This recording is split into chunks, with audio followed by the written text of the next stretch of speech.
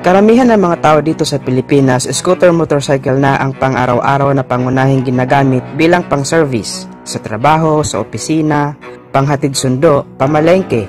Napakadali lang kasi nitong i-drive. Napaka-convenient at presyong pangmasa pa. Kaya pumatok talaga sa Pinoy ang Yamaha Mio at Honda Click 125 dahil sa abot kaya ang presyo nito.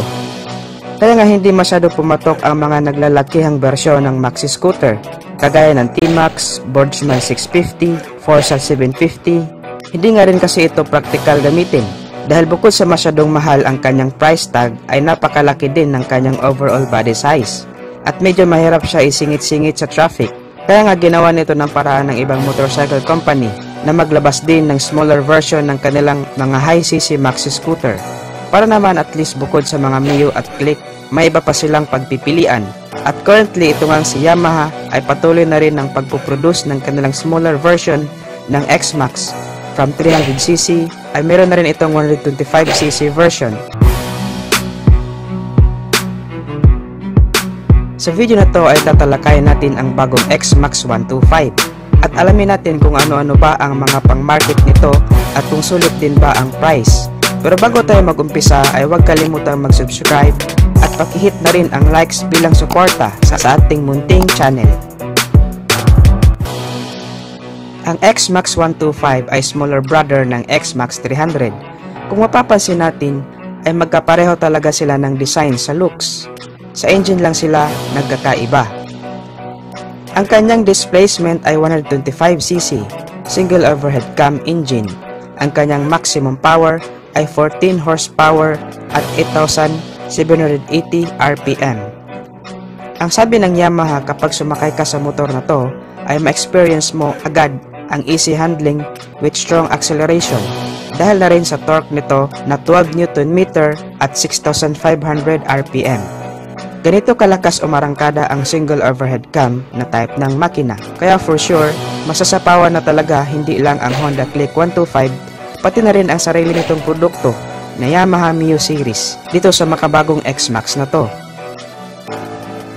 Kapag nagbabiyahe tayo, papuntang trabaho or long distance driving, ay hindi talaga natin maiwasan ang mabuhangin, mabasa, malangis o in short, madulas na daanan. Kaya naglagay na si Yamaha ng traction control system sa motor na to para nang sa ganon ay mapanatili pa rin ang rear wheel, ang kanyang grip sa mga madudulas na kalsada for safety features na rin. Minsan mahirap din basta na lang ipatong o iwan na lang ang ating helmet sa motor dahil posible itong manakaw. Ang solusyon naman ni NMAX dito ay mas nilakihan pa ang underseat compartment na kasya ang hindi lang isa kundi dalawang helmet. Sa looks naman ay walang duda na napakaangas talaga ang design ng motor na to. Lahat tayo agree dyan. Kahit saang angulo mo siya tingnan ay mapapawaw ka talaga. Lahat ng parte ng motor na to ay binigyan ng importansya ni Yamaha, lalo na yung comfortability ng rider at back rider. Meron itong sporty dual seat upang maging mas komportable ang riding position ng hindi lang ang rider kundi pati na rin ang pillion rider nito. Ang quality at advanced technology ng motor na to ay pang premium talaga. Kaya kahit saan mo dalhin ay proud ka talaga at mafe-feel mo talaga ang pagiging hari ng kalsada.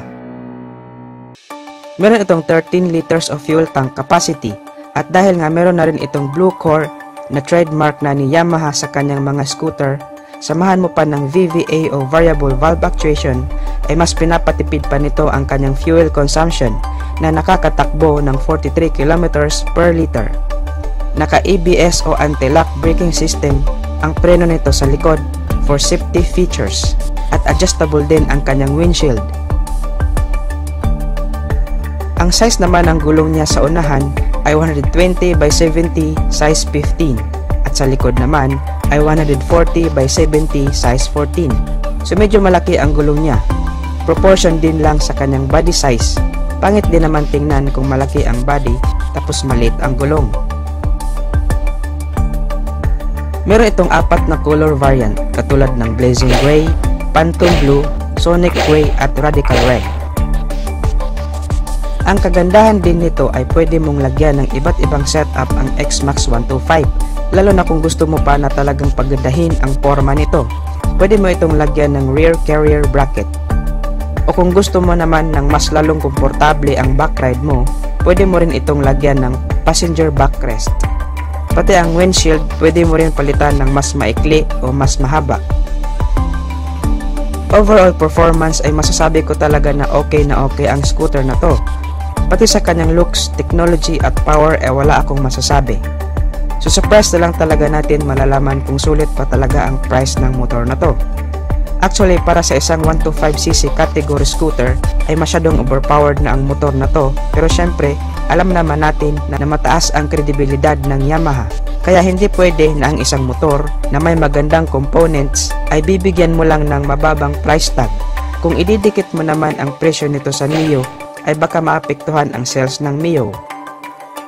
Ang price ng X-Max 300 ay nagkakahalaga ng 249,000 pesos at ang NMAX 155 naman ay nagkakahalaga ng 120,000 pesos. So most probably naglalaro ito somewhere sa 100 or 105,000 pesos. Hindi rin pwede na itapat natin ang kanyang presyo kay NMAX sa kadahilan ng mas mataas pa din ang engine specs ng NMAX. So kung sakali man na ilabas ito sa Pilipinas ay nagdidepende pa rin sa tao kung alin ang tatangkilikin nila na motor. Depende rin kasi ito sa pangangailangan at budget ng mamimili. Tayong mga Pinoy ay napaka-practical natin when it comes sa mga motor. Gusto natin ng mas mura pero de kalidad at very useful na motor. Kaya mas tinangkilik natin ang Yamaha Mio Series at Honda Click kasi napaka-practical nito. Pamalengke, pang negosyo, pang service, panghatid sundo, madali din itong dalhin. Kasi bukod sa sakto lang ang laki nito, ay napakagaan ding dalhin. At higit sa lahat, presyong pangmasa din. So sana lang talaga mag below 100,000 din itong si X-Max 125 para makakompete naman siya sa 125cc category ng scooters dito sa Pilipinas. So ano sa tingin nyo guys? Paki-comment sa comment section down below kung ano ang masasabi nyo sa video nating to. Stay tuned lang tayo mga ka-Wizard Moto dahil marami pa tayong motorcycle news and reviews na itatampok natin sa ating channel.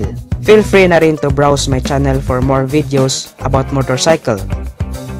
Guys, maraming salamat sa panonood at suporta. Ang channel na to ay para sa'yo.